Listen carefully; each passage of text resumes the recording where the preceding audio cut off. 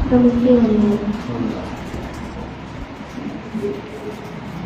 కీర్తనలు చాపిల్లని యెహోవా శరణు తెచ్చి ఉన్నాను, పక్షి వలె నీ కొండకు పారిపోము అని మీరు నాతో చెప్పుడు ఎలా?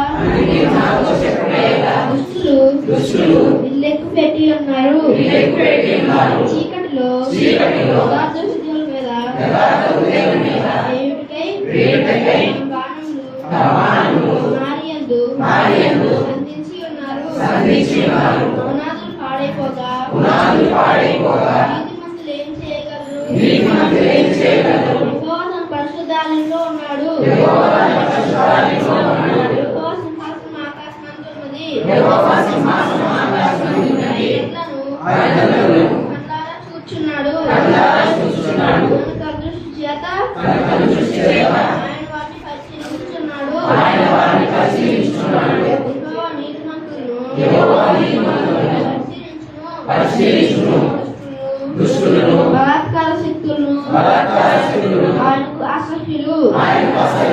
దుష్టుల మీద ఆయన ఉరులు కురిపించును. అగ్ని గంధకములను వడగాలియు వారికి పానీయ భాగమవును.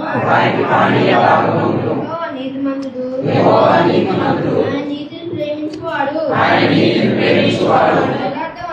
యథార్థవంతులు ఆయన ముఖ దర్శనం చేసెదరు.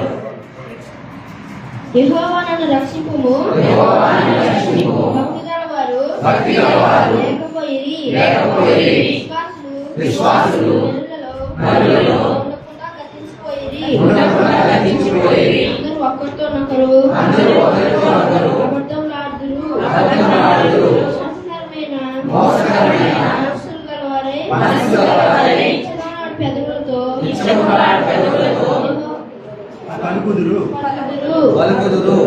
యెహోవా ఇచ్చుకోలాడు పెదవులన్నింటినీ, ఇంకంలాడు నాలుగులన్నింటినీ కోసివేయును. మా నాలుకల చేత సాధించదము. మా పెదవులు మావి. నాకు ప్రభు ఎవడని వారనుకొందురు. బాధపడ వారికి చేయబడిన బలాత్కారమును బట్టి దరిద్రుల నిట్టూర్పులను బట్టి ఇప్పుడే లేచెదను. రక్షణ కోరుకున్న వారికి నేను రక్షణ కలుగజేసేదను అని యెహోవా సెలవిస్తున్నాడు. యెహోవా మాటలు పవిత్రమైనవి, అవి మట్టి మూసల 7 మార్లు కరిగి నేను వెళ్తి అంత పవిత్రములు. దరిద్రులను కాపాడు, ఈ తరం వారి చేతిలో నుండి నిత్యం రక్షించదవు. నరులలో నీచవర్తన ప్రబలమైనప్పుడు దుస్తులు